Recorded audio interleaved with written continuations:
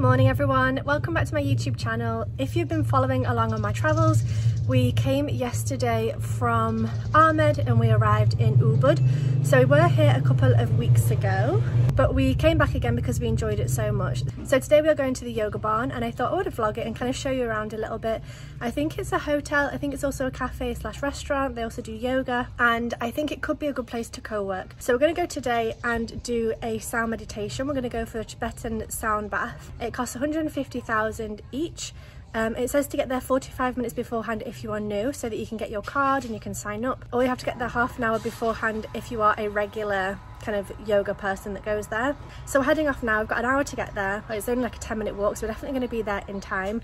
Hopefully we'll be able to get spaces, and then I'll have a look around as well and show you around, and if it's a good place to co-work, we might go back this afternoon and get some work done, or we'll go back to Monsieur Spoon, which is where we went yesterday, just to kind of get some work done. So yeah, welcome to the vlog. Let's go and see what the yoga barn is all about. Okay, so we are arriving at the yoga barn. This is the entrance. The first thing we need to do is find out where we can get our cards so that we can get tickets for the yoga. Okay, so this is the entrance. There's loads of parking for motorbikes. The yoga barn.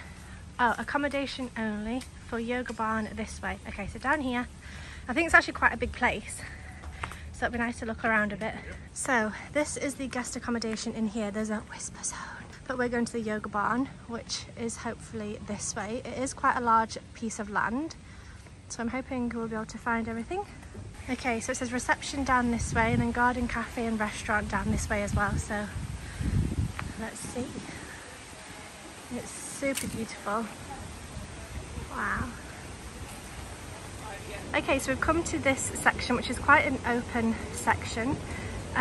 There's different studios on the right. There's a river dome straight forward, and we need to go to reception on the left here to get our ticket. But this is gorgeous. It kind of reminds me of Centre Parks. I think just all the trees and things, but I think there's a restaurant up there maybe. It's so pretty. Okay, let's get our tickets. Jeremy, of course, has found a dog to cuddle. Typical Jeremy. Okay, so what you do is you sign up with a QR code, which they have here. It's super easy, just your name, email address, things like that. And then here, half an hour before the class starts, you can sign up and pay. They have a tiny little shop over there. I'll go and show you the sort of things they have available. And then I think there's upstairs. I'm not sure what's upstairs. I'll go and explore. It looks like there's a restaurant over there, like I said earlier, but it's lovely. So this is the shop. They've got flip-flops, they've got yoga clothing, they've got the beads, you know, the prayer beads, jewellery, yoga straps, bags, yoga mats, everything really you would need for a yoga class. They also have some like body mist, body lotion, some oils, things like that. They've also got meditation cushions, microfiber towels, which have got the sticky bits on so you don't slide, which is good. More jewellery, and then more clothing and things there. Okay, this is really cute. They've got a mandala made out of flowers. They've got a love sign, and then I'm going to go and have a look in here and show you, but I think it is a restaurant. So there's some seating here on the floor. Let's go and have a look up here. Okay, so this is a restaurant. There's outside seating here, and then they've got inside seating here. It's very, very hot, so I don't know if I could sit here all day and work, to be honest. Looks like there's an upstairs as well. Okay, so the cafe restaurant I just showed you is there. We're now going to have a look up here. This is holistic healing reception. I guess that's massages, things like that. There's a couple of studios up here, so I guess that's for the yoga classes and things. I guess they've got different rooms and you can kind of go to different ones depending on which class you're taking. There's some more seating, and then around here, what else have we got? There are signs, so if you know which studio you're going to, you should be alright, but we kind of don't really know at the minute. No idea what's up there, but there's some more seating, and this is just the extension of the restaurant, so there's more seating up here as well. Okay, and then the kitchen is back there.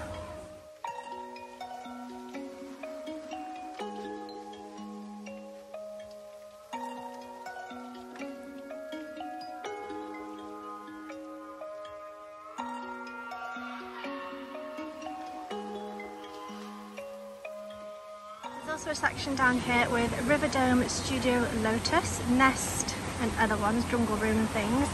So I'm going to quickly explore down here, although we need to go and get our tickets in like a minute. But there's the river running down here. I'm sure you can hear that. Let's go and have a quick look, and I need to go and get my tickets. This is Whisper Zone. That's cute. Let's see what we have. Okay, so that's the River Dome. Lotus Studio and Banyan Tree are around here. I think that's bathrooms there. So beautiful. And then there's more things down this way. It's absolutely huge. It's an absolute maze. Oh, this is private retreat area. Okay, so I'm not going to go any further because I'm obviously not in a retreat. But yeah, it's gorgeous. So pretty. Okay, time to go and get our tickets. We've got 2 minutes until it opens, and I'm just nervous that, like, if you're not one of the first people, I bet it could sell out really quickly. So that's why I'm kind of anxious to make sure that we do get tickets and don't just come here kind of for no reason. So let's go and see if we can get some. Okay, we're here 2 minutes before 1:30 and it's already busy with people, so you definitely need to get here early. Okay, so we bought our tickets. It was 300 for both of us, so 150,000 each, which is about €9. It was 18 euros for both of us, and they gave us a stone. Apparently it's going to be upstairs, but the room isn't ready yet, so people are, can you see them there? People are kind of waiting by the steps, so I think we'll be going up soon. But yeah, we have our ticket. So this is a map of the place that Jeremy's found. So we're here, and I think our studio is going to be on the top. This is where the kind of, what's it called, like the rainbow tent. I've just taken a picture there. This is the cafe we went to go and have a look at. So it is quite a big size, and that's where I just went to have a quick nosy around here. Jeremy's just asked if this is open to everyone, and they said no, it's just for sessions. So I guess it's just for like guests or retreats or something, but it is quite big. So Jeremy's also found this, which we think is what the pool is used for. It's Watsu water healing. And it just says that basically you float in warm water surrounded by peaceful jungle nature while being held, moved and stretched gently. And that sounds incredible. So I might try and figure out how much that costs. Okay, this is one of the yoga studios. It's so pretty with all that glass and all the greenery outside.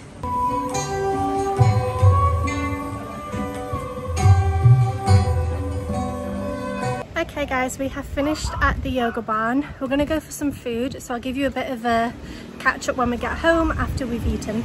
Okay, so we've walked to this restaurant, Sawobali. It's vegetarian, vegan, gluten free, and it's 50,000 per person, and it's all you can eat. We came here a couple of times last time we were in Ubud and really enjoyed the food. I think we're gonna sit here. Hello. Hello. For 2%? Yeah. Thank you. And this is the option, so you get salad.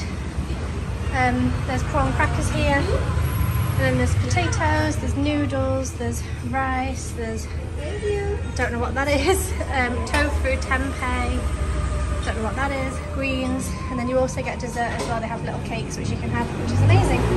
Okay, so this is my first plate. I'm going to probably have 2 or 3. I think this is tofu, potatoes, tempeh, sweet potato, noodles, cucumber, tomato, there's some rice behind there, there's some greenery, there's some tofu as well, but we are right next to the main road, so it's a little noisy.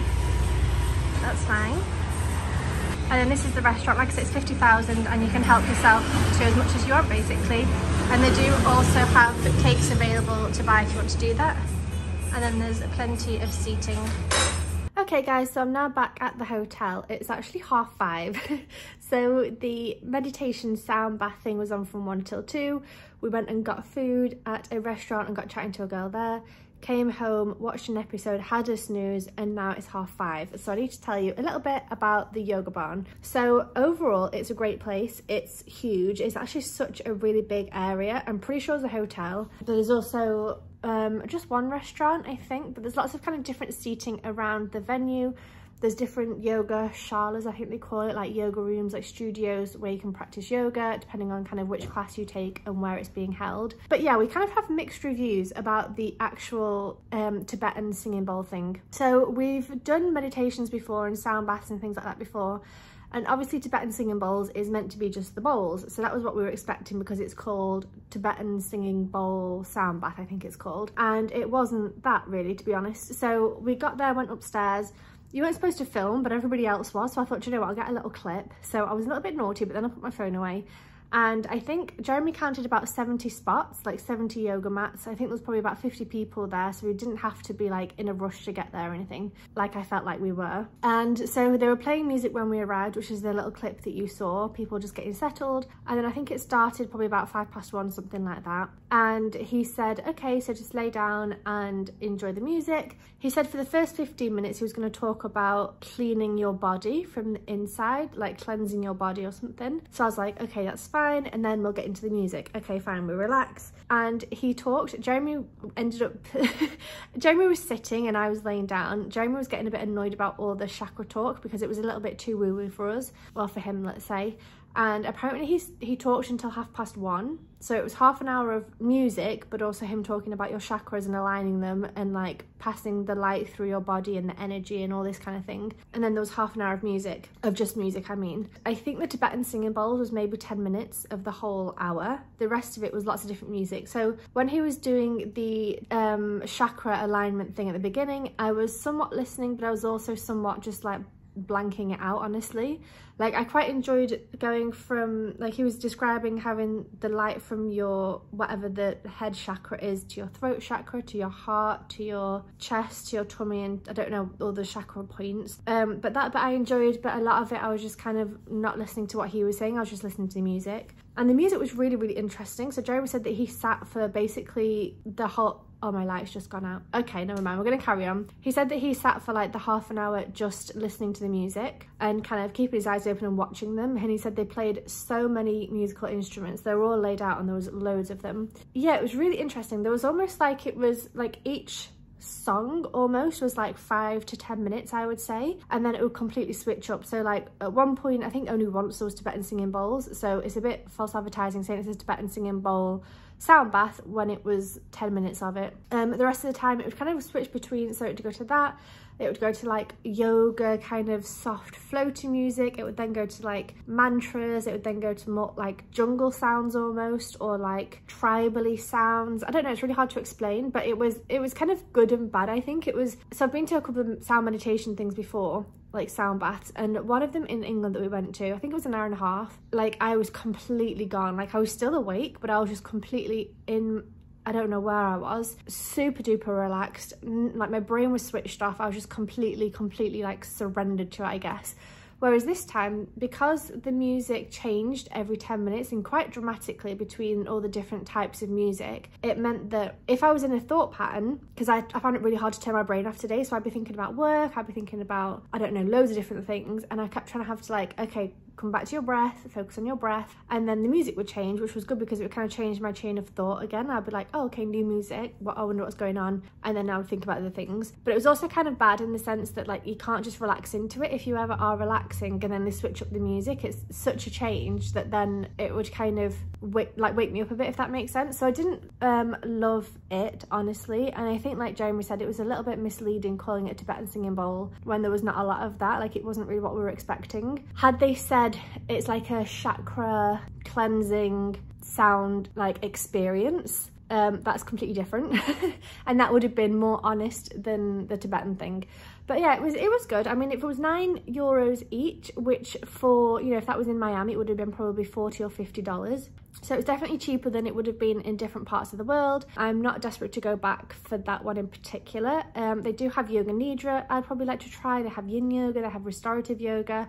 I don't know how anyone does vinyasa or anything faster. Like, it was just so hot. Unless I have a room that's closed with AC, it was hot just laying still. So I don't know how people are doing actual yoga in the heat. But overall, the yoga barn is incredible. Like, it's such a cool space. And we were actually saying, like, if this existed in Miami, it would be incredible. Like, it would be so busy, so many people would go there. Like, it's so cool to have like a smoothie bar, then there's a restaurant with like hummus and salads and smoothie bowls and like all that good food goodness. There's loads of different studios around where you practice yoga. There's like outside seating where it's almost like a, I don't think I filmed it, maybe I did, but it's almost like a bed with like wooden structure around it, just kind of dotted around, so you could kind of take that space and sit and work or chill or whatever. There was bean bags, there was obviously the place where we did yoga and the little shop as well. So it was just a really, really cool place. And I think there's retreats and things there as well, because I think at one point it kind of said restricted area for retreat people. So I think it would be awesome to do a retreat there. I think it'd be awesome to do a teacher training there. They also have loads and loads of events. I'm going to pop some on screen because I photographed a lot of them so I could share it with you. But they had kind of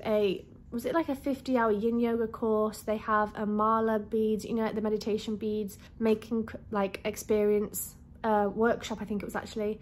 They have like ecstatic dance, they had cacao ceremonies, they had all these kind of different modalities of healing or spirituality, I guess. So a really, really cool place. I think if we were to live here, not that I don't think we will, but if we were to live here, could be something I'd probably go to, you know, once a week or something like that, and kind of experience something different every time. I do definitely feel a sense of calm, and I don't know, I do like being around yoga people. I must admit, I don't know, I just feel a little bit different and it's nice.